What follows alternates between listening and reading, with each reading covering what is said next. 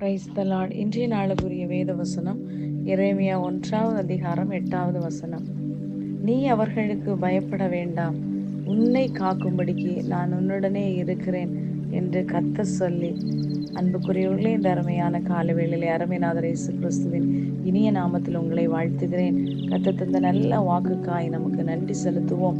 நீ அவர்களுக்கு பயப்பட வேண்டாம், கர்த்தர் நம்மை காக்கும்படி நம்முடனே கூட இருக்கிறபடியால் நாம் நம்மை சுற்றி வருகிற எந்த விதமான பயங்கரமான காரியங்களுக்கும் நாம் பயப்பட வேண்டிய தேவையில்லை என்பதை இந்த வசனம்.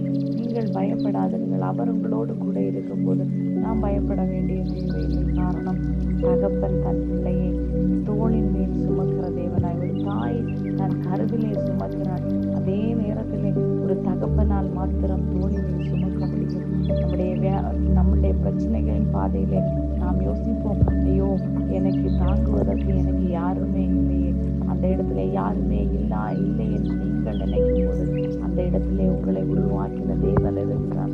கலங்காதிருங்கள், அதனால் எதை குறித்தும் கவலைப்படாதிருங்கள். அநேக நேரங்களை தனிமைப்படுத்தும் விடும்போது சொல்லுங்கள், என் கூட என் மீட்பர் இன்னும் உயிரோடு இருக்கிறார் என்று யோபு சொன்னது போல அவரை நம்முடைய அருகில் இருப்பார். நம்மை விட்டு மாறாத 24 மணி நேரமும் நம்ம கூட இருப்பேன்னு சொன்னவங்க கூட மாறினா கூட ஏசப்பா ஒரு நாளும் அவர் மாறாதவராய் இருக்கிறார். அதனால் தான் கர்த்தருடைய வேதம் நான் மாறாதவர் என்று சொல்லப்பட்டிருக்கிறது. அவர் மாறாதவராய், மயங்காதவராய், இதோ இஸ்ரவேலை காக்கிற தேவன், அவர் உறங்குவதும் இல்லை தூங்குவதும் இல்லை என்று சொல்லப்பட்டிருக்கிறது. தாவீது சொல்ல, எனக்கு ஒத்தாசை அனுப்பும் பர்வதம்.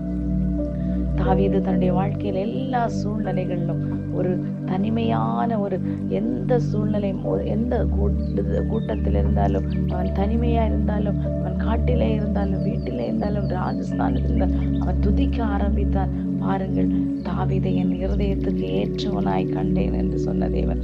பாருங்கள், இன்றைக்கு நம்மை குறித்து ஆண்டவர் என்ன சொல்ல விரும்புகிறார்? அப்படியான சில வெகுமதியான வார்த்தைகள் நாம் கர்த்தருடைய வாயிலிருந்து கேட்க வேண்டும். அவர் சமூகத்தை நாட வேண்டும். ஆகையால் பயப்படாதிருங்கள், அவர் உங்களோடு கூட இருக்கிறார். நான் உன்னை காக்கும்படி, வேறொரு ஆளையில் உங்களை காக்கும்படி உங்க கூட அருகில் இருக்கிறார் என்று சொல்லி கர்த்தர் கரத்தை நீட்டி, அவர் கரத்தை நீட்டின போது அடுத்த வார்த்தையிலே சொல்லப்பட்டிருக்கிறது, இதோ என் வார்த்தைகளை உன் வாயிலே வைக்கிறேன். அந்த வார்த்தை எப்படிப்பட்டது? வல்லமை உள்ளது. பிடுங்கவும், இடிக்கவும், அழிக்கவும், கவிழ்க்கவும், கட்டவும், நாட்டவும் அந்த வார்த்தையானது சகலவற்றுக்கும் பிரயோஜனமானதாய் காணப்படுகிறது. பாருங்கள், அவர் உங்களுடைய நாவுகளை தொடுவார். அவர் உங்களை கூட இருந்து என்ன செய்ய வேண்டும் என்று வழி நடத்துகிற தேவனாய் இருக்கிறார். அந்த தேவனையே சார்ந்து கொள்வோம். அவர் உங்களோடு கூட இருந்து உங்களை வழி நடத்த வல்லமுள்ள தேவனாய் இருக்கிறார். God bless you all.